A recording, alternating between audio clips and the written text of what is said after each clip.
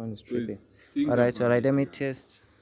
Say, just keep talking. Anything Yeah. random. So you were saying like you're basically the sum of your habits, right? Yeah. Whatever work that you put in is going to reflect good or bad. Yes. I think also that leans heavily on the compensation theory. You know it, Peter, right? Right. Okay, let's go. And every day, Mm. consistently. Mm-hmm. So it means that they've built a habit of training and exercising every day.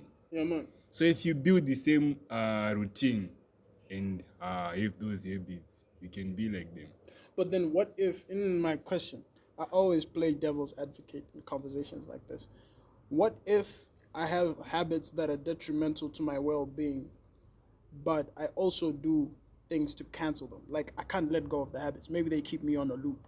You know what I mean? A good loop, a grind loop. But then it's detrimental to my habits. Like for example, a person taking Adderall to study, right? You can be up for 12 hours studying. That's detrimental to your health, but you've got a medical degree that you got to do for 7 years, or you've got a computer science degree that you got to do for 7 years. What do you say about those types of habits? The habits that are detrimental to you, but then overall give you an edge in competing over the next guy. I think that would depend with the kind of a person that you are. Because if you are gonna use those kind of things for a long time, Yeah, man. that kind of habit will create a dependence. Yeah, man. And that dependence now can now create, maybe you become more dependent, that it becomes detrimental. That's what you're saying, right? It's no longer a good look there. It's no longer a good look. But okay, So like for example, I gave you an example here, the guy with the medical degree, right? I know I have to put in 6 to 8 hours of studying a day, right? In preparation for my exams. Let's say this is 3 weeks before my exams. I know I have to come out with those distinctions. So I need an edge. So I go on that Adderall and I take 8 hours. This is my game for like 7 years, right? Of my medical degree. And then maybe another 3 years doing that specialization master's degree, right? It is detrimental to my health, but it's pushing my career forward because trust me, if I have 6 to 8 hours and you only have 3 hours of studying, I'm most likely going to whoop your ass. You know what I'm saying? Yeah. But when you say it's detrimental, do you mean mentally, physically, or spiritually? Physically. Physically. We know everything that you take in your body is only going to affect your body mostly. In terms of food, like anything that like you ingest, whether you smoke it, you eat it, you inject it into your body, whatever, it's gonna have an effect, positive or negative. Everything that you take. So I'm saying it could be detrimental to your physical health, but it's pushing your grades.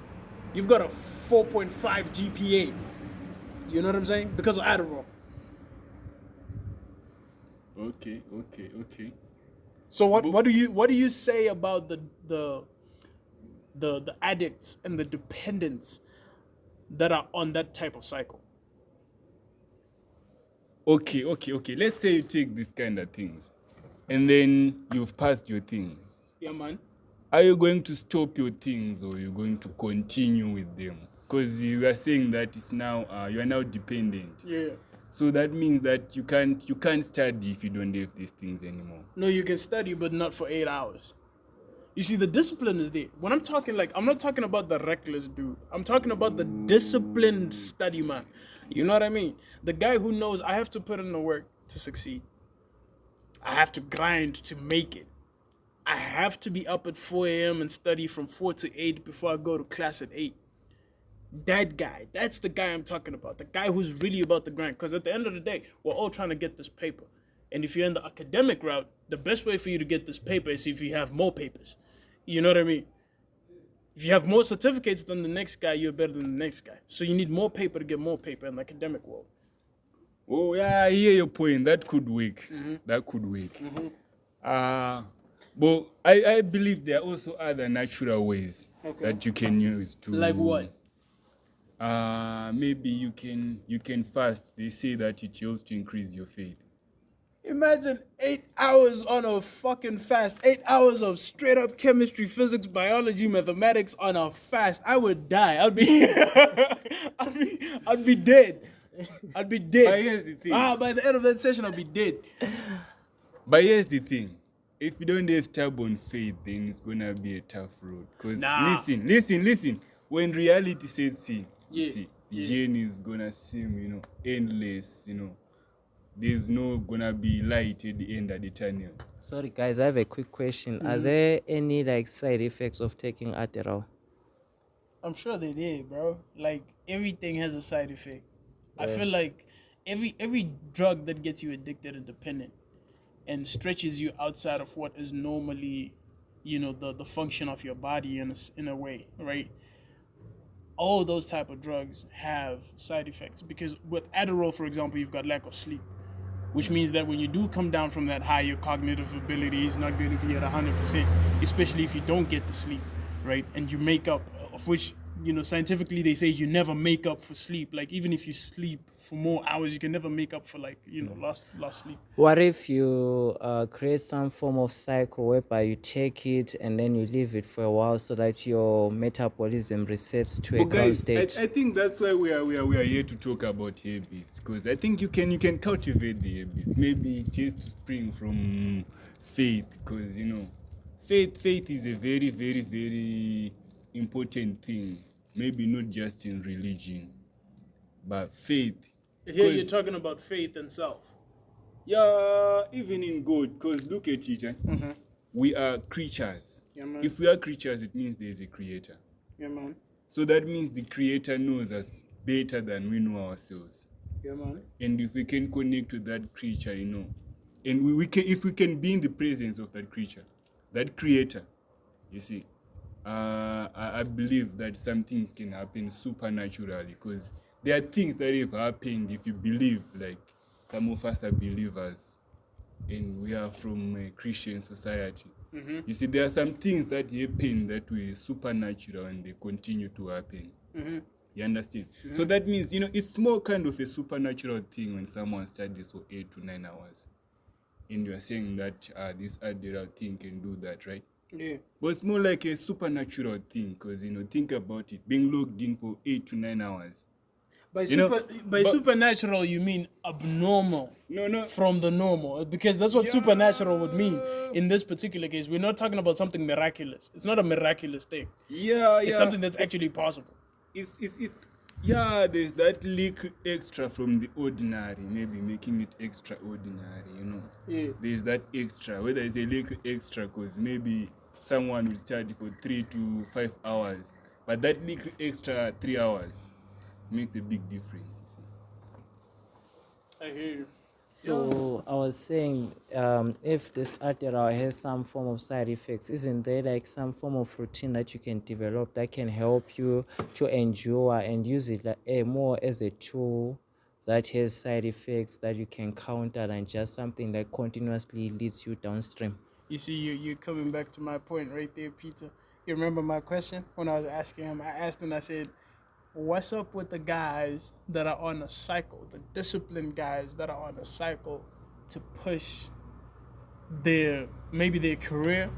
It could be your music or your academic career forward, because there's an end goal, right? You're not just getting, turned up because you're getting turned up. All right, my question now is, or is it like wise to see these guys as people who are now taking Adderall as a nutrition than as a drug to enter into a different state? Because like we're doing different kind of activities now, so that means the body, including the mind, needs different kinds of nutrients, right, to carry out the activities of the day.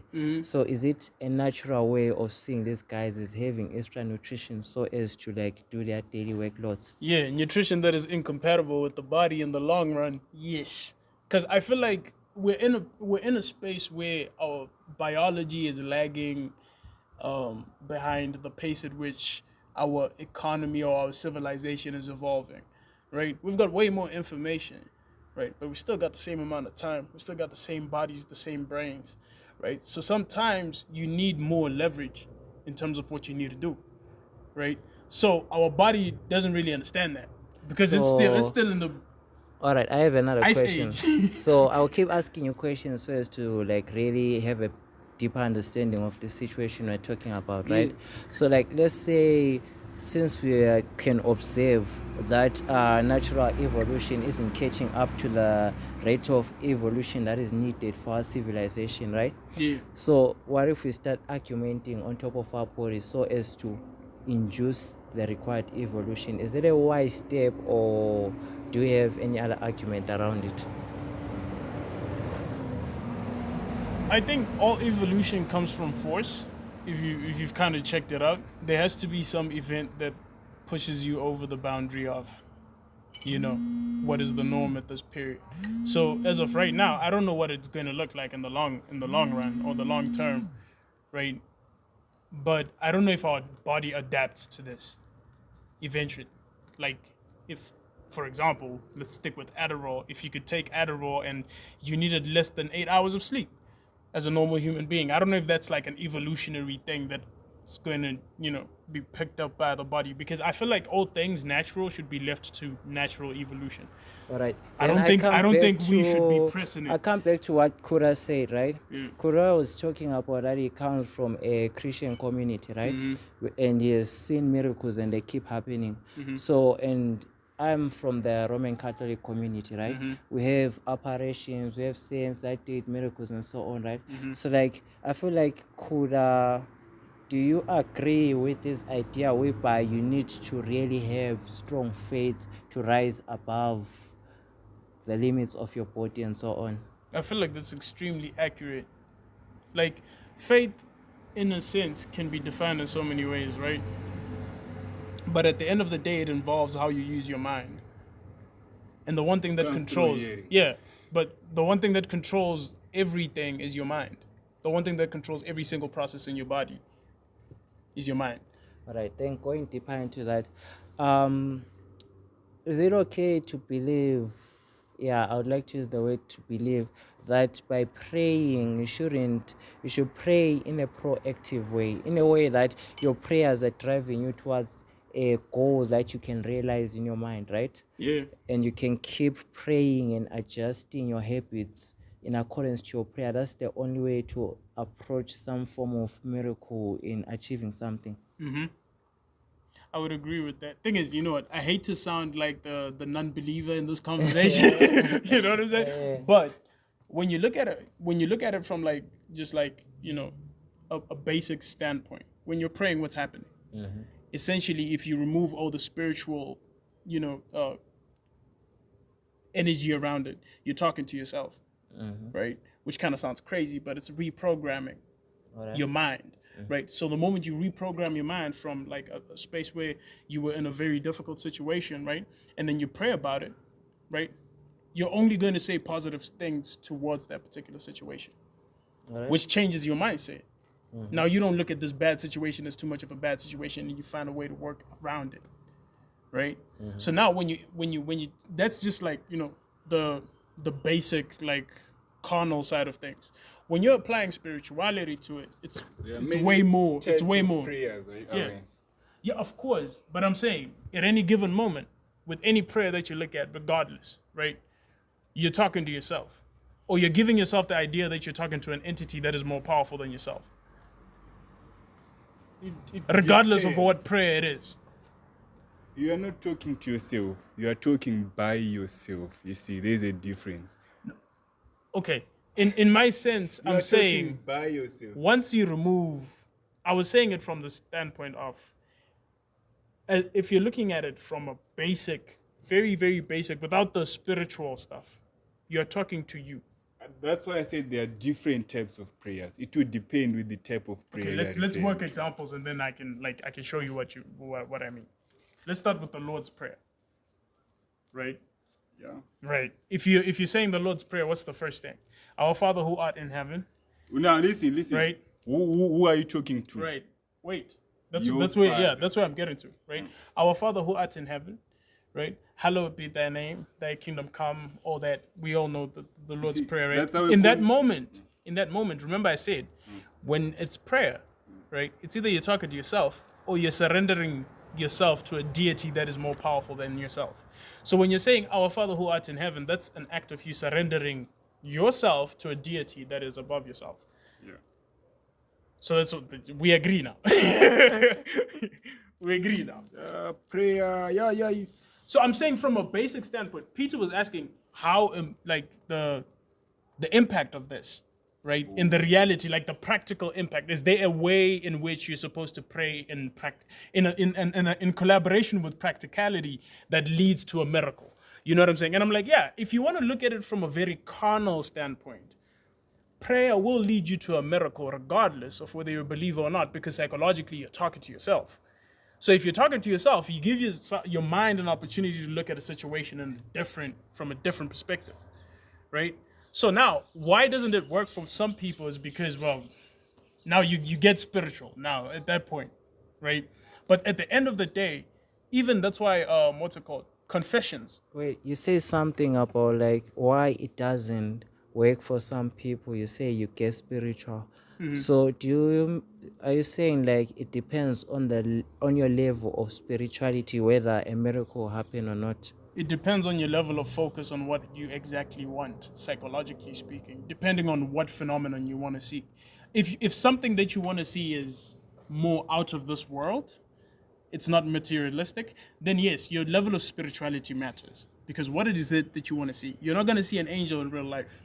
You understand? So there are people who are going to tell you, I've seen an angel, right? But it's more from a spiritual standpoint. Like they're more spiritually inclined than the average person. You understand? So for the average person, if you're asking for money, for example, right, you're going to realize that because prayer allows you to focus.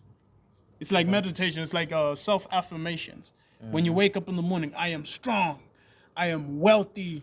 I am When you abundance. talk about prayer this way, something comes up in my mind. There's a book by I think Joseph Murphy, The Power of the Subconscious Mind. Oh yeah, I know the book.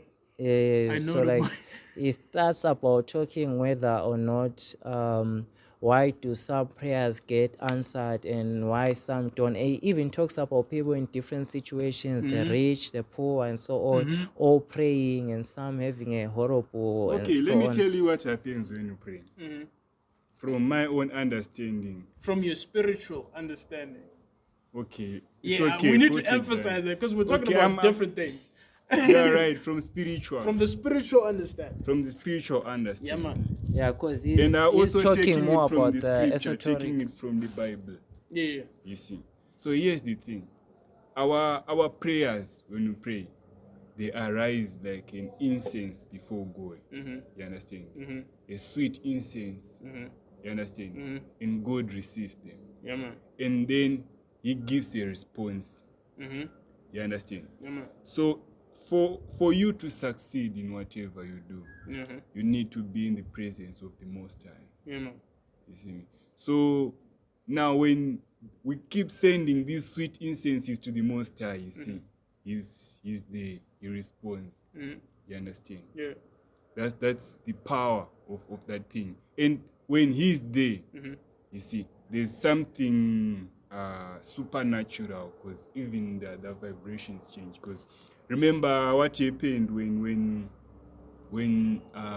His glory shone on Moses. They could not look at his face. He had to put a veil. You understand? So, but why could they not look at him? You see, it's because of their faith, not his. Because here's the thing with faith. Faith comes through hearing. You understand? That's why you see Moses and Adam, the first man, you see, he just used to hear. He heard the word of God. He heard a voice. But he never saw him like visually and say, greet him, or and just hear a voice, and that was the Lord. You see, just a voice speaking. You understand? But that voice made him believe that this is my creator. I'm talking to my creator. You see, that means his faith came through hearing. You understand? And it still came through hearing, because for us to know, this is the way that Christ did the things, this is what happened, it's historically true, and so forth. It came through hearing. You understand? So the kind of things that you hear, the kind of things that you see, you understand, they also program the mind. That's what I was talking about habits in the first place. Because if you have a habit of maybe eating fats and not exercising, what's going to happen. If you have this habit of taking these Adderall things, and we are saying that you need to stop them at some time because you are saying it has side effects. I wouldn't be too judgmental about the thing because, sometimes you can do everything right and something still goes wrong. Yes, so it's get you teaching on sana, it can be perfect. Maybe that person who's taking those kind of things is maximizing their mental strength more than we are. Yeah. And they become more creative and so forth and so forth. But you still need to be mindful that this body is a temple of the Most High and it's the only body we have in this age. You understand? So you need that balance whereby you take your stuff, but you need to stop your stuff, live a natural life. Natural life, very much natural. I believe a natural life has no side effects and consequences. Because you eat clean food, you drink clean and clear water, you eat fruits, natural food. I don't know much about, meat and this kind of things, but I believe in a kind of vegetarian thing like the Jamaican people. So, me say, a man natural livity, simplicity. That's the whole idea, because, a person has a very complex nature. One thing, I can see something in you. I look it in him, I see it. I can see something in him, in him, me can see the thing. Maybe this guy is a way of drawing things that I give you the same thing to draw. You see me? I see a different picture. Say, draw this giraffe. You draw the giraffe, him draw the giraffe. Me see a different picture. Or we are draw the same object. You understand? We have a different way of seeing the world. But we still have to stick to this issue of Adderall things, right? And I'm saying if you have a habit of taking those things, you might need to lower up. Maybe I take their pills, right? Maybe I take 4 pills a day. If you just stop taking immediately, it can have a negative impact on you because the body is now adjusted to that kind of thing. But if you reduce the pace, maybe I take 4 pills. Reduce the pace, brother man. Take 2 pills. With time, you end up taking 1 pill. Then, try something that can, refresh your mind, If maybe people who speak positive things will make you see that, there's no limit except the one you put in your mind. You understand? Because the way out is through the mind, my brother. You say that is the most powerful thing for a human being. Yeah. So that's where you find the way out. Find something that builds, All right, I have a question now. So, I feel like if I were to combine both of your sides, together into a single idea, right? I feel like you guys, you think, right? This is what I think. You critique me afterwards, right? You guys say it's okay to take Adderall, right? As long as you rehabilitate yourself and make sure that you go back to the natural state. It's like leaving home, going to do whatever, explore and learn, and then coming back home to cleanse your ideas and so on. Yeah man, cause taking this kind of thing is like learning to ride a bicycle. It don't mean that you just have to ride it. You have to ride it every time because it's there. You might know how to ride the bicycle, but you might not ride it. You see, yeah man. What do you say? Yeah, factually, I think that's the same thing. We agree on the same things. I just spoke from an overly objective view. Alright, You know what I mean? so I feel like this can be a good ending to our, I think I'll call it the SubRaw podcast. The Faceless SubRaw podcast. Yeah. Faceless SubRaw podcast. I fuck with that. I don't know what it even Yeah, means, I but can fuck with that. but it sounds like Yeah, something it's though. the corner boys discussing. You see me. We there to discuss about positive things. Yeah, man.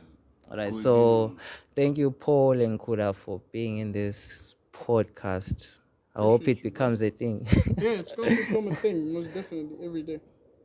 But like I was saying, like in